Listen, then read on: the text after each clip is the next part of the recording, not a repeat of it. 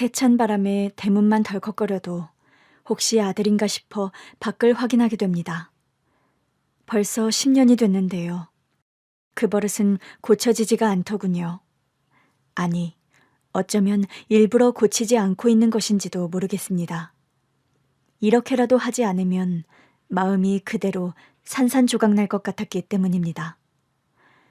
아들 수철이가 집을 나간 이후 하룻밤도 깊이 잠들어 본 적이 없습니다.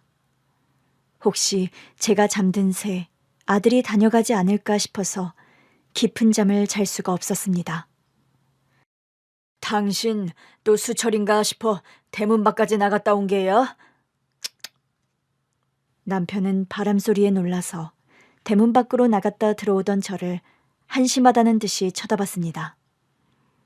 벌써 10년이야. 10년이라고. 그 녀석 집으로 돌아올 생각이 있었으면 여태 전화 한 통 없었겠어? 남편은 아들의 가출이 마치 제 잘못이나 된다는 듯 못마땅한 얼굴을 하며 안방으로 들어가 버렸습니다.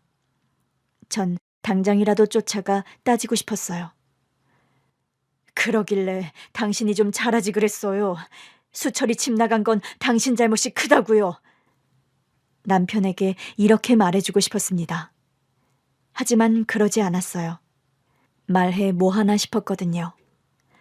대신 그날 전 남편에게 저녁 식사를 챙겨주지 않았습니다. 당신 이 시간에 어딜 나가는 거야? 나 배고픈데 저녁은? 이제 밥 정도는 당신이 차려 먹어요. 30년 넘게 내가 챙겨줬으면 당신이 알아서 할 때도 됐잖아. 남편은 황당하다는 듯이 절 바라보더군요. 전 그런 남편의 시선을 무시하고는 그대로 집을 나와 버렸습니다. 그런데 막상 갈 곳이 없었습니다. 정화야, 나 지금 너희 집에 가도 될까? 지금? 왜? 무슨 일 있어? 아니, 그건 아니고. 일단 가서 얘기할게. 만만한 게 친구 정희 집이었습니다. 정희는 2년 전 남편과 사별한 이후 혼자 살고 있었거든요. 그래서 무작정 집을 나온 거야? 남편이 꼴 보기 싫어 무작정 집을 나왔다는 제 말에 정희는 한참을 웃더군요. 선영이 너도 참. 그럴 땐 남편 보고 나가라고 해야지. 네가 집을 왜 나와? 그래, 정희 네 말이 맞네. 내가 집을 왜 나와? 그 사람이 나가야지. 아유, 이제야 말귀를 좀 알아듣네. 우리 나이쯤 되면 말이야. 남편이 눈치를 봐야 한다고. 정희와 한참 수다를 떨고 나니 기분이 좀 나아졌습니다. 나이가 드니 마음 맞는 친구가 남편보다 훨씬 낫다는 생각이 들더군요. 왜? 벌써 집에 가려고? 이왕 내친 김에 자고 가지 그러니? 나도 그러고 싶은데 혹시 모르잖니. 너도 참 정성이다. 수철이가 이런 네 마음을 알아야 할 텐데 말이야. 수철이가 언젠가는 집에 꼭 돌아올 것이라고 전 믿고 있었습니다. 그래서 가능한 집을 비우지 않았었고요. 어딜 가더라도 잠은 자지 않고 집으로 꼭 돌아왔습니다. 제가 집을 비운 시간에 수철이가 오면 어쩌나라는 염려 때문이었죠. 그래서 자고 가라고 붙드는 정의를 뿌리치고 집으로 돌아왔는데요. 우리 집 대문 앞에서 웬 낯선 여자가 서성이고 있는 겁니다. 가까이 다가가 보니 만삭인 임산부더군요. 누구세요?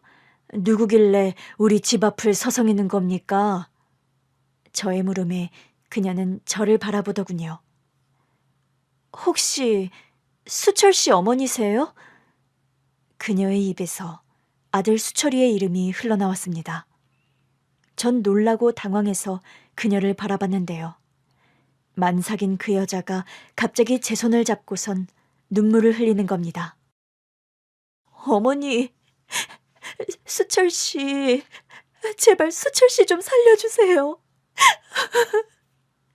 네? 수철이를 살려달라니요.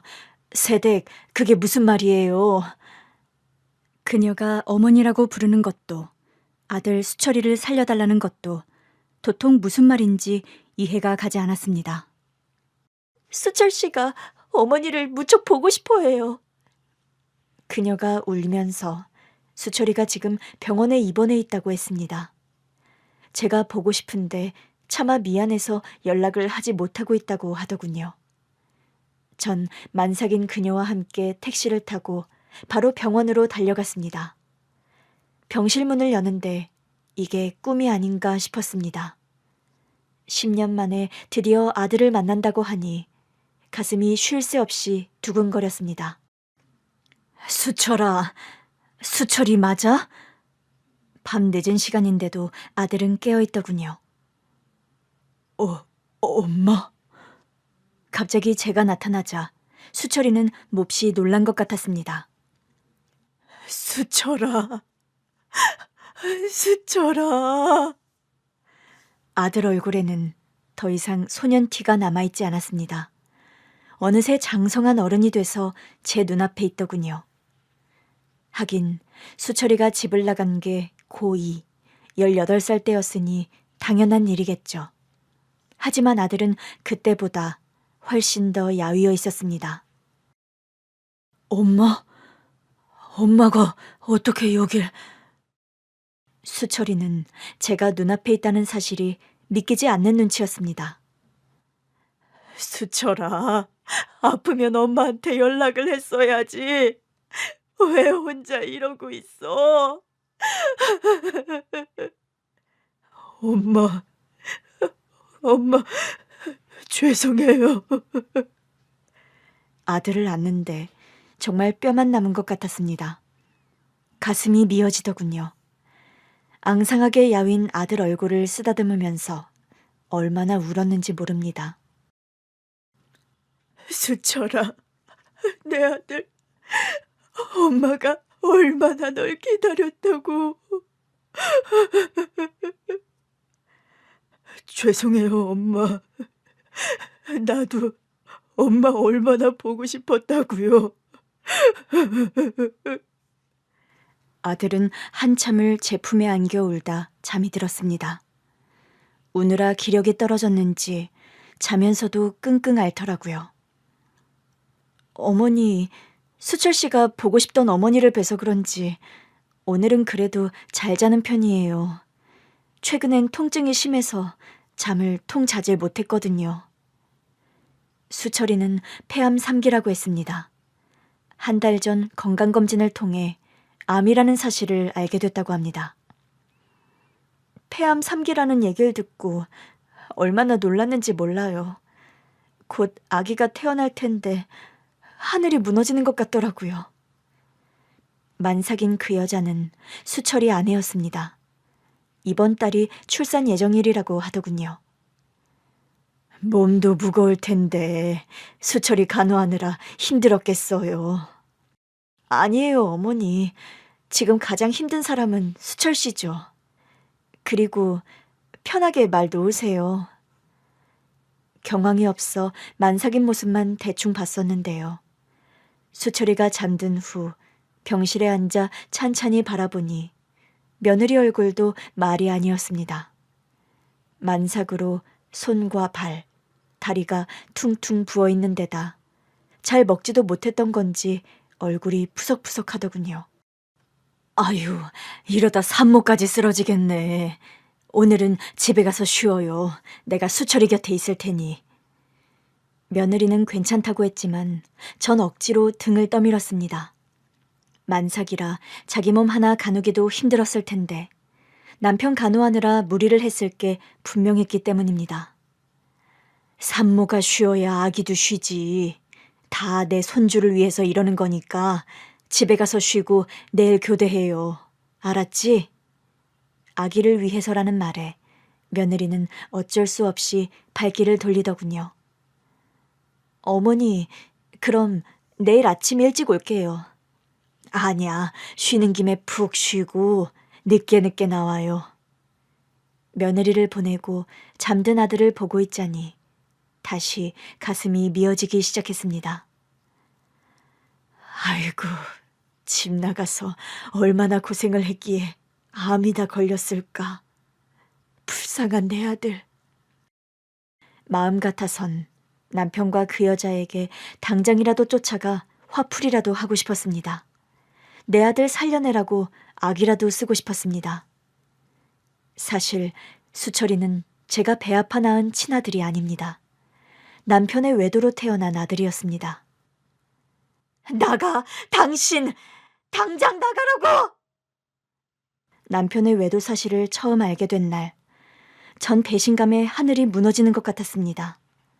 도저히 한 집에서 남편 얼굴을 보며 살 수가 없었습니다. 당신 안 나가? 그래, 그럼 내가 나갈게. 여보, 그렇게 화만 내지 말고 내 말도 좀 들어봐. 뭐? 당신 말 좀 들어보라고? 당신 아직도 할 변명이 남아있다는 거야? 그래, 내가 입이 10개라도 할 말이 없지. 그래서 내가 이렇게 싹싹 비는 거잖아.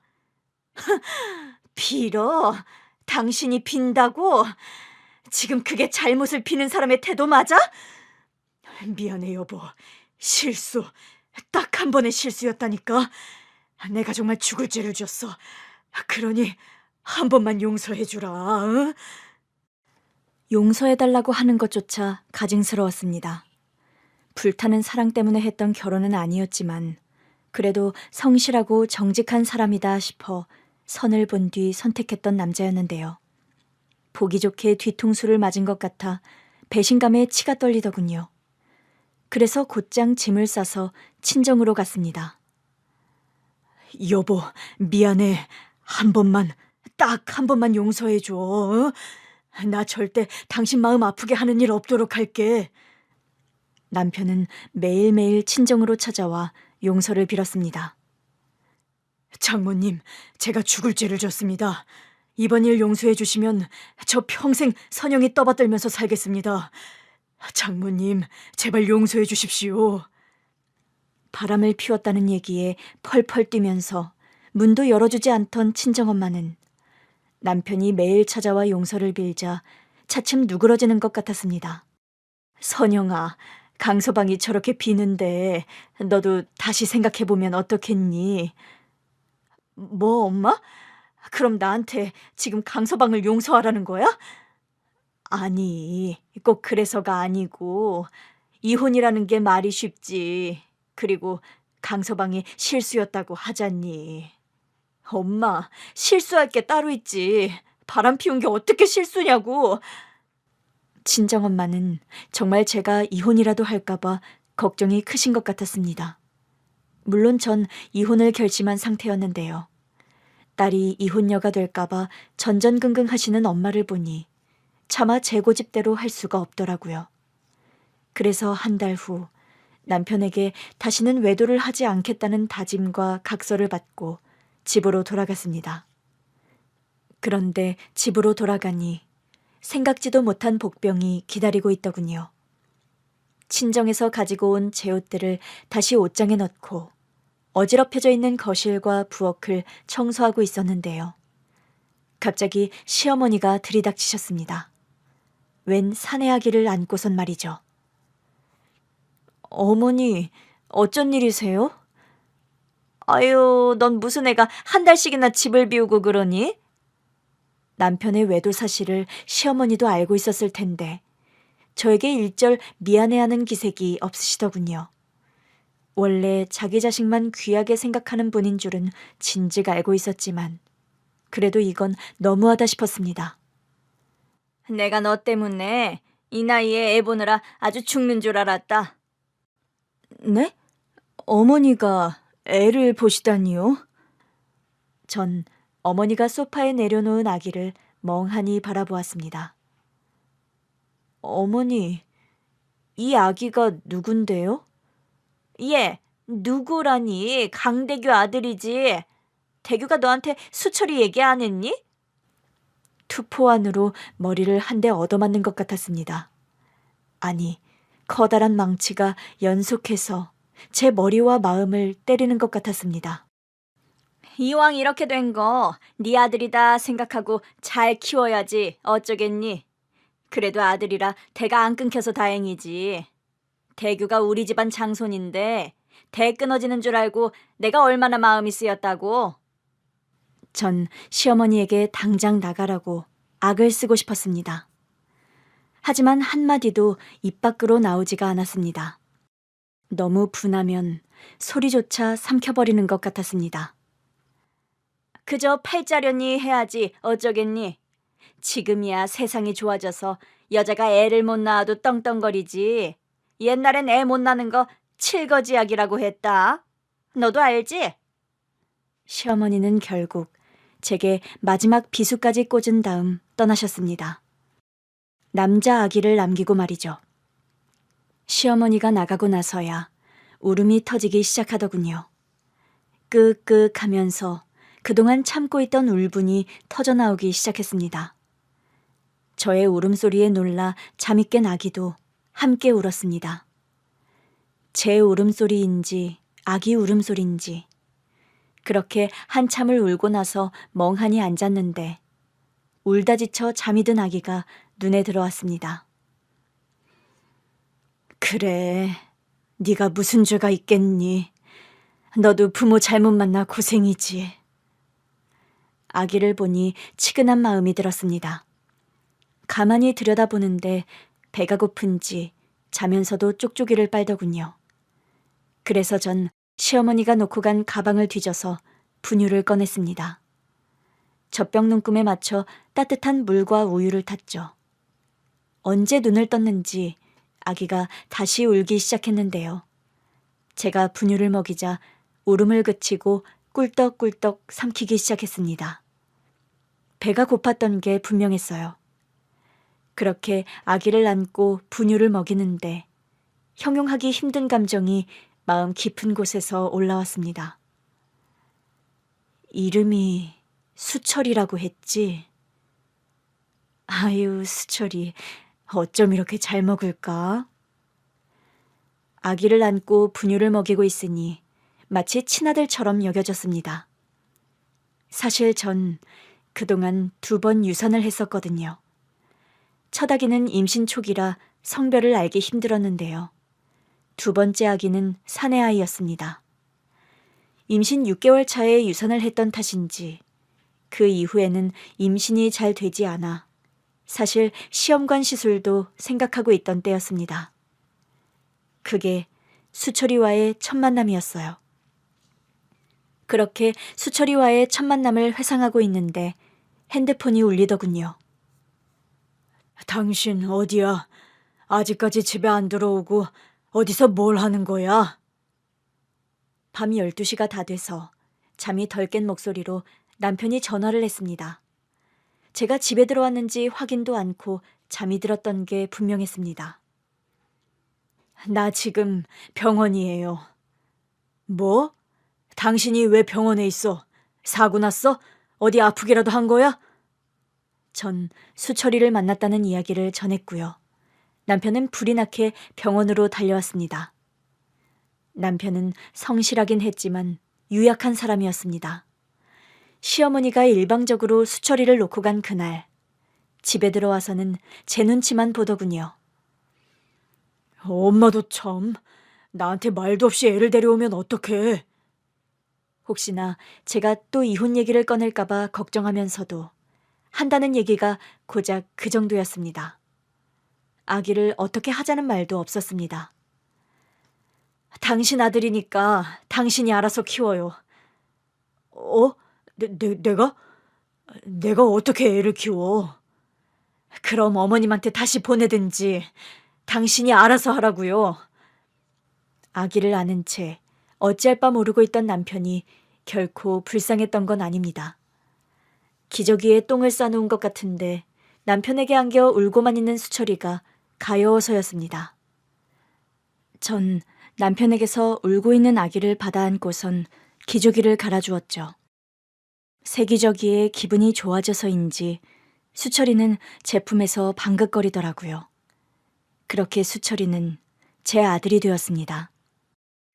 아기 때부터 제가 안아주면 잘 웃고 잘 자던 수철이는 크면서도 엄마인 저를 가장 잘 따랐습니다. 수철이는 어쩌면 저렇게 착할 수가 있니? 너한테 하는 거 보면 다들 네가 친엄마인 줄 안다니까? 엄마, 수철이 듣겠어요. 좀 조심하세요. 그래서 내가 이렇게 조용히 얘기하는 거잖아. 안 그렇니, 아가? 어머니, 친엄마니 뭐니 그런 말씀 안 하시면 좋겠어요. 수철이 누가 뭐래도 제 아들인거려. 봐라, 내가 그때 나서길 잘했지?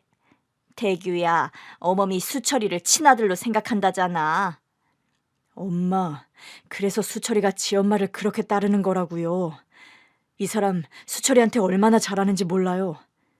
그럼 우리 집안 대를 이을 장손인데 그 정도는 해야지. 내가 뭘 했냐? 집안엔 아들이 필요하다고 했지?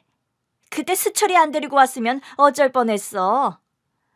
엄마, 이제 그 얘긴 그만하세요. 왜? 또 네 마누라 눈치 보는 게야? 외도 한 번 한 게 무슨 죽을 죄라고. 시어머니는 한 번씩 제 속을 뒤집기로 작정한 사람처럼 굴었습니다. 특히 수철이에 대해선 말도 안 되는 얘기로 제 속을 긁었습니다. 수철이 초등학교 졸업식 때 일이었어요. 장손 졸업식이라며 굳이 오셨더군요. 아이고, 우리 장손. 대표로 졸업사도 하고 누굴 닮아 이리 총명하누? 할머니, 누군 누구예요? 엄마 닮아서 그렇죠. 외할머니가 그러는데 우리 엄마 학교 다닐 때 반장도 하고 공부 완전 잘했대요. 수철아, 네가 몰라 그렇지. 넌 엄마가 아니라 아빠 닮아 그런 거야. 네 아빠가 공부를 얼마나 잘했다고? 어? 아닌데. 아빠 학교 다닐 때 공부 별로 못했다고 하던데. 아니, 누가? 누가 그런 말을 하든? 네 엄마가 그러든? 아니요, 할머니. 지난번 상장 받아가니까 아빠는 학교 다닐 때 상장 못 받아봤다고 했는거려. 무슨 소리야? 네 아빠 얼마나 공부를 잘했는데. 수철이 넌 네 엄마가 아니라 아빠 닮은 거다. 알겠지? 싫어요, 할머니. 난 엄마 닮은 게 더 좋다고요. 얜 누굴 닮아 이렇게 고집이 센 거야? 할머니가 그렇다면 그런 게지. 그날 결국 수철이는 울음을 터뜨렸고요. 전 그런 어머님이 도저히 이해되지 않았습니다. 어머니 도대체 왜 그러시는 거예요? 수철이가 날 닮았다고 하는 게 그렇게 기분 나쁠 일인가? 아니, 엄마 입장에선 장손이고 하니까. 장손이면 꼭 아빠를 닮아야 해요? 그게 손자하고 싸울 일이냐고요. 당신 엄마 성격 알잖아. 아이 참, 엄마도 자꾸 왜 그러시는 건지. 남편은 매사가 그랬습니다. 물에 물 탄 듯 술에 술 탄 듯 우유부단하다 보니 시어머니의 성질은 오롯이 제가 다 받아내야 했어요.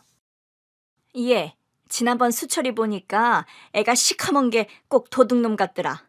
수철인 까만색이 안 어울려. 걘 피부가 하얘서 밝은 색이 어울린다고. 넌 엄마라는 사람이 애 옷 하나 제대로 못 사 입히니? 어머니, 사춘기 남자애들 다 그래요. 밝은색 옷은 안 입고 까만색만 고집한다니까요. 빨래하기 싫어서 네가 까만 옷만 입히는 건 아니고? 어머니, 말이 되는 얘기를 하세요. 그리고 요즘 누가 손빨래 하나요? 다들 세탁기 돌리지. 어머니의 막말에 어느 순간부터 저도 참고 있지만은 않게 되더군요. 너무 억지다 싶으면 반박을 하게 됐습니다. 너 요즘 내 말에 토를 많이 단다. 그게 다 아들 때문인 거 아니? 너 시어머니한테 말대꾸라도 할 수 있는 게 아들이 있다 싶으니까 든든해서 그런 거야. 뭘 해도 아들 이야기로 끝이 났습니다. 어머니, 지금이 어떤 시대인데 아들 타령이세요? 딸은 금메달, 아들은 목메달이라는 얘기도 못 들으셨어요? 아이고, 세상에 누가 그런 말을 하고 다닌다던.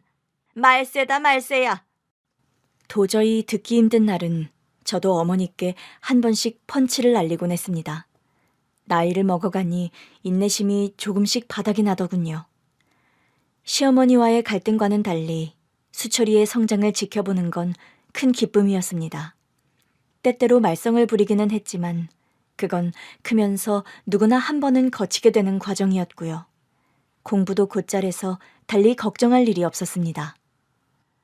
엄마, 나 이번에 영어 1등 했어요. 진짜? 우리 수철이 대단한데. 뭐 먹고 싶어? 축하하는 의미로 엄마가 맛있는 거 해줄게. 나 떡볶이 먹고 싶어요. 떡볶이? 고작 떡볶이로 되겠어? 네, 나 엄마가 해주는 떡볶이가 세상에서 제일 맛있거든요. 그래, 떡볶이 해줄게. 그리고 우리 치킨도 시켜 먹을까? 좋아요. 수철이는 유독 제가 만들어준 떡볶이를 좋아했습니다. 입맛이 없다 싶으면 떡볶이를 해달라고 했고요. 공부 때문에 스트레스 받을 때도 떡볶이가 먹고 싶다고 했어요. 엄마, 나 떡볶이 먹고 싶어요. 떡볶이? 왜, 공부하느라 스트레스 받아? 좀? 이번 시험은 범위가 넓어서 힘드네요. 그래, 아들. 엄마가 떡볶이 얼른 만들어줄게. 엄마, 맵기는 강으로 부탁해요. 수철인 고등학생이 되자 입시 문제로 조금씩 스트레스를 받기 시작했습니다. 그래서인지 가끔 예민하게 굴기도 했어요. 엄마, 내 운동화 어디 갔어요? 운동화? 그거 빨려고 세탁실에 뒀는데. 아, 나 오늘 그 운동화 신고 가야 하는데. 왜, 새로 산 운동화 있잖아. 그거 신으면 되지. 안 돼요. 시험 치는 날 신발 바꿔 신으면 시험 망친다고요. 녀석, 그런 게 어딨어. 새 운동화 신으면 기분 좋아서 오히려 더 시험을 잘 보게 되지. 아이 참, 아빠는 아무것도 모르면서. 아들은 끝내 세탁실에 뒀던 운동화를 신고 학교에 갔습니다. 수철이 녀석, 아무거나 신고 가면 되지. 누굴 닮아 저렇게 까다로운지 몰라. 그럴 수도 있죠. 시험 기간 되면 머리 안 감는 애들도 있잖아요. 외운 거 다 잊어먹는다고. 맞아. 미끄러진다고 미역국 안 먹는 집도 있지. 우리 집이 그랬다니까. 우리 엄마가 나 시험 치는 날은 절대 미역국 안 끓였다고. 남편은 수철이에게 그런대로 괜찮은 아빠였습니다. 수철이에 대한 시어머니의 관심이 극성이어서 남편의 다소 무덤덤한 태도가 차라리 낫겠다 싶었습니다. 여보, 수철이 대학은 어딜 가고 싶다고 했지? 아직 그런 말 없었어요. 혼자 이것저것 알아보는 것 같은데 당신이 슬쩍 물어보지 그래요. 내가? 뭐 때가 되면 얘기하겠지. 그러니까 당신이 미리 얘기 좀 해보라는 거잖아요. 아들 장래가 달린 문제인데 당신 궁금하지도 않아요? 나야 뭐. 궁금하면 당신이 한번 물어봐. 사춘기가 되면 아들은 아버지가 대화를 자주 시도하는 게 좋다고 하더군요. 그래서 남편에게 수철이와 얘기를 해보라고 권해도 남편은 이렇다 할 반응을 보이지 않았습니다. 수철이 잘하고 있는데 뭐. 괜히 이것저것 물었다가 애한테 스트레스만 줄 수 있다고. 사실 전 수철이를 키우면서 남편이 야속할 때가 많았습니다. 아이를 키운다는 게 저도 처음이지 않습니까? 물론 제 친아들이라고 늘 생각하고 있었지만 제 안에 한 번씩 내가 지금 뭘 하고 있나라는 갈등이 생길 때도 있었습니다. 정희야, 나 이런 생각하면 안 되는데 한 번씩 마음이 복잡해질 때가 있어. 왜 아니겠니? 자기 자식도 미울 때가 있는데 넌 오죽하겠니? 근데 더 속상한 건 뭔 줄 아니? 그이는 내 마음을 전혀 이해하지 못한다는 거야. 글쎄 어제는 나한테 뭐라고 했는지 아니? 네 남편이 뭐라고 했는데? 내가 너무 예민하다고 그러더라. 그게 다 친엄마가 아니라는 자격지심 때문에 그런 거라고. 세상에, 네 남편이 그런 말을 했어? 참네, 할 말이 있고 못할 말이 따로 있지. 어떻게 너한테 그런 말을 할 수가 있어? 정희 너도 그렇게 생각하지? 그래 얘. 아무리 부부싸움 끝에 나온 말이라고 해도 네 남편 너한테 그러면 안 되지.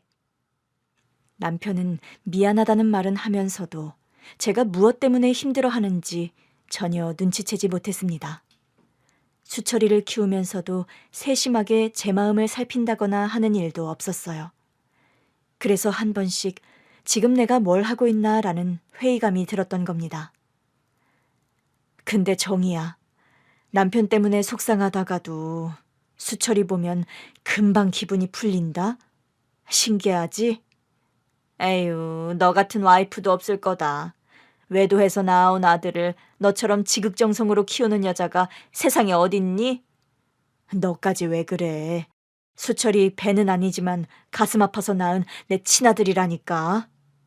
그래, 그래. 수철이 평생 너한테 효도하면서 살아야 돼. 그게 도리지? 효도라니, 부모가 뭐 대가바라고 자식 키우나? 진심이었습니다. 수철이에게 뭔가를 바라면서 친아들처럼 키운 게 아니었습니다. 처음엔 측은한 마음이었고요. 걸음마를 배우고 말을 시작할 때는 신기하면서도 기쁘더라고요.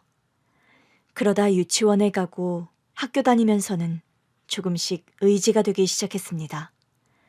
그리곤 어느새 아들 없는 삶은 생각할 수조차 없게 되었어요. 하여튼 선영이 너 아들 사랑 하나는 누구도 못 따라간다니까. 친구 정희와 수다를 떨다 보니 남편 때문에 속상했던 마음이 좀 가시더군요. 정희야, 나 갈게. 수철이 학교에서 돌아올 시간 다 됐거든. 얼른 가서 간식 챙겨줘야 해. 집을 나설 때보다는 훨씬 가벼운 마음으로 돌아왔습니다. 시간을 보니 수철이가 학교에서 돌아올 시간이 다 되었더군요. 전 냉장고에서 과일과 만두를 꺼내 수철이 먹일 간식을 준비하고 있었는데요. 갑자기 벨이 울렸습니다. 이 시간에 올 사람이 없는데 누구지? 얼른 대문을 열고 나가니 웬 낯선 여자가 서 있었습니다. 화려한 옷에 빨간 핸드백을 들고 있더군요. 여기 수철이 집 맞죠? 네, 그런데 누구신지. 저의 물음엔 대답도 않고 그 여잔 집 안으로 성큼 들어왔습니다. 아니, 누구신데 남의 집에 함부로 들어오는 거예요? 거실 소파에 앉으면서 그녀는 저를 위아래로 훑어봤습니다. 당신이 수철이 엄마? 아니지, 수철이 계모? 계모라는 말에 전 당황하기 시작했습니다. 당신 뭐야? 남의 집에 들어와서 웬 행패냐고. 제 말을 들으며 그녀는 피식 웃더군요. 그리곤 엄청난 말을 쏟아냈습니다. 엄밀히 말하면 남은 아니지. 나 수철이 엄마거든. 친엄마. 순간 멍해졌습니다. 도대체 저 여자가 무슨 소리를 하는 건가 싶었습니다. 나 내 아들 보러 왔어. 친모인데 나한테 그 정도의 권리는 있잖아? 뭐가 뭔지 머릿속이 뒤죽박죽하면서도 한 가지 생각은 확실하더군요. 수철이가 이 여자를 만나선 안 된다라는 생각이었습니다. 전 다급하게 방으로 가서 수철이에게 문자를 보냈습니다. 수철아, 엄마 급한 일이 생겨 그러는데 오늘은 바로 학원으로 갈래? 간식은 편의점에서 네가 좋아하는 걸로 사 먹어. 미안. 네. 다행히 아들은 바로 답장을 보내왔습니다. 전 크게 한 번 심호흡을 하고 거실로 나가 그 여자와 마주 앉았습니다. 그래서 갑자기 수철이는 왜 보러 오신 거죠? 아니, 내가 내 아들 보겠다는데 다들 왜 이유를 물어? 당신, 대규 씨가 나 만나면 그렇게 말하라고 시켰어? 당신, 내 남편까지 만난 거야? 대규 씨가 내 얘기 안 했나 보네? 참네, 그 남자 소심한 거 여전하다니까. 그녀가 남편을 만났다는 말에 분노가 치솟았습니다. 너, 그이는 왜 만난 거야? 뭐 때문에 내 남편을 만난 거냐고? 더 이상 저도 예의를 차리지 않기로 했습니다. 그녀의 반말을 저도 그대로 되돌려줬죠. 왜 만나다니? 뻔하지 않아? 수철이 때문이지. 뭐? 수철이? 당신 이제 와서 수철이를 왜 찾아? 버릴 땐 언제고 뻔뻔하게. 왜? 수철이가 갑자기 보고 싶어지기라도 했어? 참네, 아줌마, 버리긴 누가 버려? 내 아들 뺏어간 게 누군데? 뭐라고? 수철이를 뺏어갔다고? 그래, 당신 시어머니라는 사람이 돈 몇 푼 쥐어주면서 내 아들 뺏어갔다고. 못 믿겠으면 당신 시어머니한테 확인해 보라고. 수철이 친엄마라는 사람이 나타난 것도 충격인데 시어머니가 강제로 아들을 뺏어왔다고 하니 정신이 하나도 없었습니다. 그런데 더 화가 난 건 뭔지 아십니까? 그 와중에도 시어머니라면 충분히 그럴 수 있었을 거라는 생각이 들었다는 겁니다. 분명 그러고도 남을 뿐이었죠. 제가 충격을 받아 말을 잃자 그녀는 더욱 기세등등해졌습니다. 그 할망구 나한테 그렇게 모질게 해놓고선 지 며느리한테는 내가 아들을 버렸다고 했나 보네. 참 지독한 노인네야. 그나저나 우리 아들은 학교에서 언제 오려나? 지금쯤 집에 온다고 해서 엄마가 일부러 시간 맞춘 건데. 전 그 여자의 엄마 소리를 더 이상 듣고 있을 수가 없었습니다.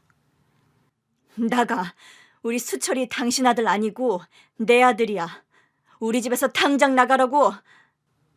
시퍼런 저의 기세에 눌려서였는지 아니면 우리 집을 찾아온 목적이 다른 데 있었는지 그날은 그대로 돌아갔습니다. 하지만 전 그 여자가 혹시 밖에서 수철이를 기다리는 게 아닌가 싶어 불안했습니다. 아들이 올 때까지 몇 번이고 대문 밖을 나가 주위를 살폈습니다.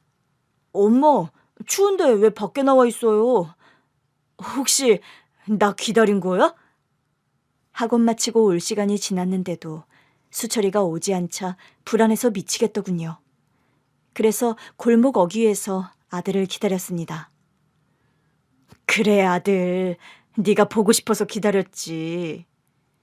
절 발견하고선 웃는 아들을 보니 그 여자를 만난 건 아니구나 싶어 안심이 됐습니다.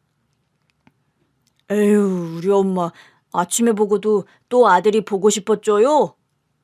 제가 마중 나온 게 기분이 좋았는지 아들은 오랜만에 응석까지 부리더군요. 그럼 잘생긴 우리 아들 봐도 또 보고 싶지? 이 행복이 영원했으면 좋겠다는 마음이 들었습니다. 하지만 그건 한낱 희망에 불과했어요. 그날따라 남편의 귀가가 늦었습니다. 수철이 침몰하는 여자가 간 뒤 당장 남편에게 전화를 해서 따지고 싶었습니다. 그런데 제 전화를 받지 않더군요. 당신 왜 내 전화 안 받았어요? 남편은 이미 그 여자 얘기를 듣고 온 것 같았습니다. 제 눈치만 연신 살폈어요. 그게 말이야. 오늘 수철이 침몰하는 여자가 왔었어요. 당신 그 여자 만났었다면서. 만난 게 아니고 그 여자가 갑자기 회사로 찾아왔더라고. 그걸 왜 나한테 비밀로 한 거예요? 당신 나한테 뭐 숨길 게 있나 봐? 아니야 여보, 당신한테 숨길 게 있다니. 그런 거 아니야. 그럼 뭐예요? 그 여자 왜 갑자기 당신을 찾아간 거냐고요? 또 우리 집엔 왜 왔냐고. 여보, 그게 말이야. 남편이 털어놓은 사실은 이랬습니다. 사흘 전 그 여자가 남편을 찾아와서는 다짜고짜 돈을 요구했다고 합니다. 뭐? 5천만 원? 나한테 그런 큰 돈이 어딨어? 남편은 당연히 펄쩍 뛰었다고 해요. 그래? 오빠는 돈이 없단 말이지? 그러면서 별말 없이 가길래 돈이 급해서 찾아왔나 라고 생각하고 말았다고 합니다. 당신, 그게 말이 돼요? 그 여자가 돈 달라고 왔는데 별일 아니라고 생각했다는 게 말이 되냐고. 전 남편 말도 이젠 못 믿겠다 싶었습니다. 그럼 어머니가 수철이 돈 주고 강제로 뺏어왔다는 건 무슨 얘기예요? 뭐? 그 여자가 당신한테 그런 말도 했어? 설마 당신 모르는 일이라고 발뺌하려는 건 아니죠? 발뺌이라니? 여보, 난 정말 몰랐던 일이야. 그래요? 그럼 어머님한테 물어보죠. 전 남편에게 당장 시어머니께 연락하라고 했습니다. 남편은 마지못해 전화를 하더군요. 이 시간에 웬일이냐? 우리 집은 전쟁이 났는데 태평스러운 시어머니 목소리를 들으니 더 화가 나더군요. 뭐라고? 그 여자가 너희 집에도 갔었다고? 시어머니의 말투를 봐선 수철이 친모가 시어머니도 찾아갔던 게 분명했습니다. 전 남편이 들고 있던 수화기를 뺏었습니다. 네, 어머니. 그 여자가 어머님이 수철이 강제로 뺏어왔다고 하던데 정말이세요? 강제로 뺏어오긴. 그때 내가 안 데리고 왔으면 그 여자 수철이 제대로 키울 수나 있었겠어? 지 몸매 망가진다고 글쎄 애 젖도 안 물리고 있더라니까. 그래서 몇 푼 주고 강제로 수철이 뺏어오신 거예요? 얘 말하는 것 좀 봐라. 몇 푼이라니? 내가 요긴하게 쓰려고 모았던 비상금을 몽땅 주고 왔는데. 그 여자 말이 맞았습니다. 시어머니가 아들을 강제로 데려온 것이 분명해지자 정신이 아득해지더군요. 얘, 너 자꾸 내가 수철이를 뺏어왔다고 하는데, 아니, 애 아빠가 자기 아들 데리고 가겠다는데 그게 뭔 잘못이야? 어머니, 그게 지금 말이라고 하세요? 아니, 너 지금 시어머니한테 따지는 거냐? 네, 어머니. 이번 일은 제가 정확하게 따져야겠어요. 수철이 인생이 걸린 문제인데 어떻게 제가 가만히 있을 수 있겠어요? 참네. 내가 너무 오래 살았지. 오래 살았어. 며느리한테 이런 서름까지 당하고. 예, 나 할 만큼 했으니까 수철이 문제는 너희들이 알아서 해라. 그 여자 나한테도 돈 달라고 왔던데 나 돈 없다. 네 아들 일은 니들이 알아서 해결하라고. 평소에는 우리 장손 그러시던 어머니는 골치 아픈 일이 생기자 수철이 일에 대해 나몰라라 했습니다. 문제를 회피하는 건 시어머니나 남편이나 똑같다는 생각이 들어 한심하더군요. 여보, 어쩌지? 그 여자 엄마까지 찾아간 걸 보면 이대로 물러서진 않을 것 같은데. 남편의 태도에 더 화가 치밀었습니다. 몰라. 당신이 싼 똥, 당신이 치워! 꼴도 보기 싫었지만 더 이상 큰 소리를 낼 수는 없었습니다. 혹시나 수철이가 들을까 조심스러웠죠. 수철이 친모라는 여자는 이틀 뒤 다시 나타났습니다. 이번에도 아들이 학교에서 돌아올 시간에 맞춰 나타났어요. 내가 내 입으로 이런 말까지는 하기 싫었는데 그래도 당신 남의 아들 강제로 데려가 키우면서 나 몰라라 하고 입 싹 닦으면 안 되지. 뭐라고? 입을 닦아? 수철이가 물건이야? 그래, 말 잘했네. 그래서 내가 당신하고 조용히 해결하려고 하는 거잖아? 대규 씨도 그렇고 당신 시어머니라는 사람은 말이 안 통하더라고. 그 여자는 결국 저에게도 돈을 요구하더군요.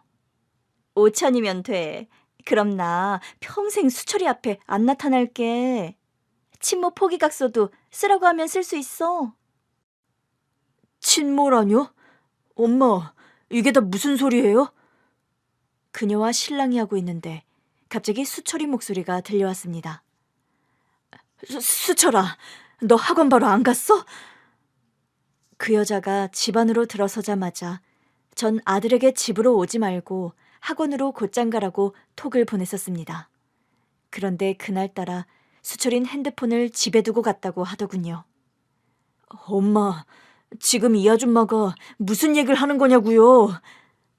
수철아, 그게 엄마가 다 얘기할게. 수철아, 너도 컸으니 이젠 알건 알아야지. 그래, 네가 들은 그대로야. 내가 네 친엄마다. 아들은 믿을 수 없다는 얼굴로 저를 바라봤습니다. 전 수철이에게 아니라고 말할 수가 없었습니다. 엄마, 아니죠. 이 아줌마가 거짓말하고 있는 거죠. 그렇죠, 엄마.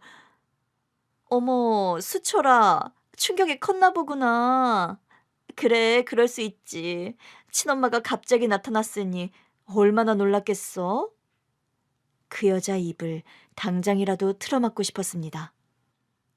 엄마, 왜 아니라고 말 못해요? 이 여자가 진짜 내 친엄마냐고요. 아들은 그대로 집을 나가버렸습니다. 수철아, 수철아!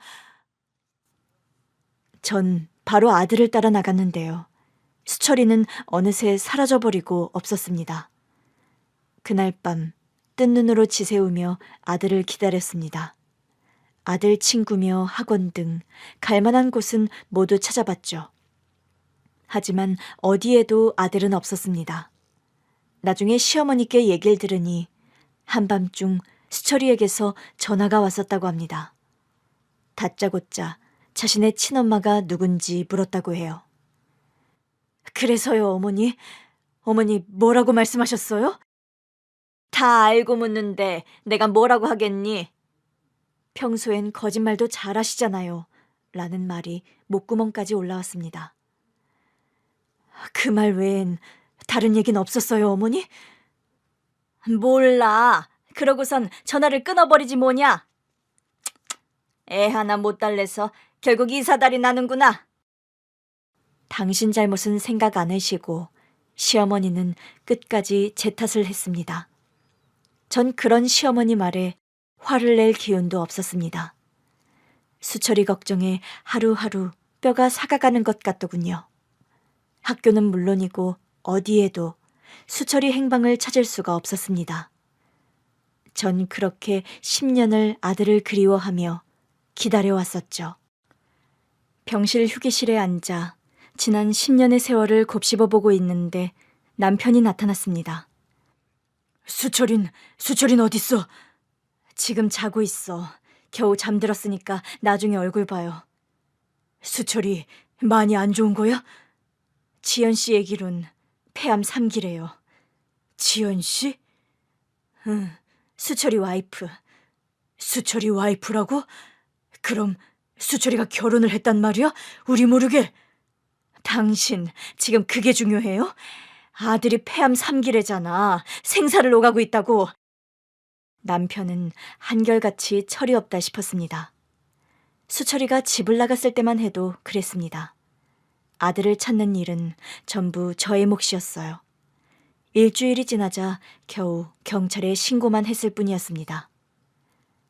다음 날 수철이는 컨디션이 좀 나아 보이더군요. 수철아, 좀 괜찮아? 네, 엄마. 그동안 저 많이 미워하셨죠? 미워하긴. 나 한순간도 너 미워한 적 없다. 엄마, 너 얼마나 보고 싶었다고. 엄마, 나도 엄마 많이 보고 싶었어요. 그렇게 집 나온 거 얼마나 후회했는지 몰라요. 아들은 그동안 안 해본 일이 없다고 했습니다. 공사판 일용직에서부터 음식 배달, 식당 설거지 등 닥치는 대로 일했다고 합니다.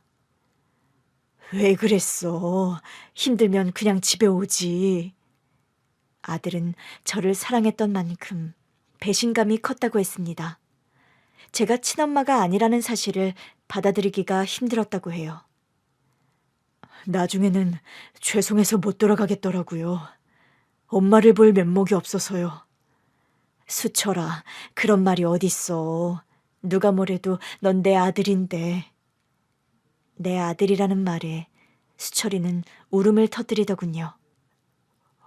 엄마, 엄마. 아무렴 그렇고 말고 수철이 넌 틀림없는 내 아들이지. 내 아들이야. 한참을 울고 있는데 남편이 병실로 들어왔습니다. 울고 있는 수철이를 보더니 남편도 가만히 아들을 안아주더군요. 아버지. 그래, 수철아. 고생했다. 고생했어. 남편의 눈에도 눈물이 고였습니다. 내색은 별로 하지 않았지만 남편도 아들이 무척 그리웠던 겁니다. 어머니, 수철 씨가 어머니를 많이 그리워했어요. 아침 일찍 며느리가 수철이 병실로 왔더군요. 제 아침 도시락까지 챙겨서 말입니다. 아이고, 몸도 무거운데 뭐 이런 것까지 챙기고 그래요. 어머니, 이 정도는 아무것도 아니에요. 그리고 말씀 편하게 하시라니까요. 전날은 어두워 얼굴을 제대로 보지 못했었는데요. 밝은 아침에 자세히 보니 귀염성 있는 얼굴에 손끝도 야무지더라고요. 급하게 만들어 왔다고 했는데 반찬이 하나같이 제 입에 딱 맞았습니다. 이거 며느리 음식 솜씨가 보통이 아닌걸. 남편도 며느리가 마음에 든 모양이었습니다. 도시락을 먹으면서 연신 칭찬을 하더군요. 아버님도 함께 계시는 줄 알았으면 좀 더 많이 만들어 올 걸 그랬어요. 아니다, 딱 좋다. 이 양반, 원래 아침은 잘 안 먹고 다녔거든. 수철이와는 우연히 만났다고 했습니다. 지갑을 잃어버려 곤란에 처한 며느리를 수철이가 도와줬다고 해요. 고마운 마음에 며느리가 밥을 사게 되었고 그러면서 친해졌다고 합니다. 아가, 몸은 괜찮니? 수철이 간호하느라 제대로 건강을 챙기지도 못한 것 같은데. 괜찮아요, 어머니. 괜찮긴. 만삭이라 너무 무리하면 안 된다고. 여보, 우리 며느리 보약이라도 한 첩 치워줘야 하지 않을까? 아니에요, 아버님. 보약이라뇨. 정말 괜찮아요. 며느리 사랑은 시아버지라는 옛속담. 틀린 게 없다 싶었습니다. 수철이에겐 그렇게 무뚝뚝하던 남편이 며느리에게는 상냥하기 이를 데 없었습니다. 남편은 싫다는 며느리를 억지로 데리고 가선 한약을 한 첩 지어오더군요. 아가, 순산에 좋은 한약이라고 하니 우선 이건 먹고 해산하면 몸보신할 수 있는 걸 먹자꾸나. 시아버지의 사랑 때문이었을까요? 며느리는 건강한 딸아이를 순산했습니다. 같은 병원이라 아들은 하루에 2번 꼬박꼬박 딸을 보러 갔어요. 엄마, 우리 수지 보셨어요? 눈매가 엄마를 닮은 것 같아요. 안 그래, 지연아? 맞아요, 어머니. 수지가 어머니를 많이 닮은 것 같아요. 전 그럴 리가 없다고 생각했는데 아들과 며느리 말을 자꾸 듣다 보니 손녀가 절 많이 닮은 것 같더라고요. 아들과 며느리는 딸 이름을 수지라고 지었습니다. 수철과 지연의 첫머리 글자를 땄다고 해요. 수지가 태어난 일주일 뒤 아들은 수술을 받았습니다. 며느리는 산후조리원에 들어가 있었고요. 남편과 제가 수술실 앞을 지켰습니다. 강수철 씨 보호자분, 수술 잘 됐고요. 지금 환자는 회복실에 있습니다. 의사 선생님 말씀대로 수술 경과가 좋아서 수철이는 조금씩 회복돼 가기 시작했습니다. 항암 치료도 별 후유증 없이 잘 받았고요. 한 달 후 퇴원을 한 뒤 꾸준히 통원 치료를 이어갔습니다. 산후조리원에서 나온 며느리는 수지를 데리고 집으로 들어왔어요. 2달은 더 조리가 필요하다 싶기도 했고요. 아픈 아들 간호와 갓난아기를 돌보는데 저희 부부가 힘을 합쳐야겠다는 생각이 들어서였습니다. 아가, 아직은 찬물에 손 담그면 안 된다니까. 그냥 두라니까 왜 또 설거지를 하려고 그래. 아니에요, 어머니. 저 이 정도는 괜찮아요. 오호, 네 시어머니가 아직은 안 된다고 하잖니. 넌 어서 들어가 수지나 보거라. 설거지는 내가 하마. 새 식구가 들어오자 남편도 변한 것 같았습니다. 부엌에는 얼씬하지 않던 남편이 며느리 대신 설거지를 하겠다며 나서더라고요. 참네, 당신이 자청해서 설거지를 한다니 내일은 해가 서쪽에서 뜨겠어요? 무슨 소리야? 내가 안 해서 그렇지. 마음 먹으면 이깟 설거지쯤은 아무것도 아니라고. 네네, 제발 그릇이나 깨뜨리지 마세요. 수지가 커가는 걸 보면서 기쁨도 늘었습니다. 아들 떠난 뒤 적막하던 집안에 웃음소리가 끊이지 않았습니다. 헐룰룰룰룰루, 수지야, 우리 손녀 누굴 닮아 이리 예쁠꼬. 누군 누구예요? 날 닮아 예쁘지. 눈매랑 웃는 게 날 닮았다는 며느리 얘기 못 들었어요? 5년 후 아들은 암 완치 판정을 받았습니다. 수지도 많이 자라서 지금은 어린이집을 다니고 있어요. 할아버지, 오늘 어린이집에서요. 가족에 대한 그림을 그렸는데요. 난 할아버지, 할머니, 아빠, 엄마, 나 이렇게 5명을 그렸어요. 그랬어? 어디? 할아버지 어딨어? 할아버지는 여기. 이야, 우리 수지 할아버지 멋지게 그러는데. 역시 우리 손녀딸밖에 없다니까. 남편은 완전 손녀 바보가 됐습니다. 손녀 말이라면 꼼짝을 못하더군요. 수철이도 건강을 되찾으면서 안정적인 직장을 찾아 취업했고요. 며느리는 중소기업 경리로 재취업을 해서 열심히 살고 있습니다. 요즘은 지난 10년의 세월을 보상이라도 하듯 행복한 일들이 많아요.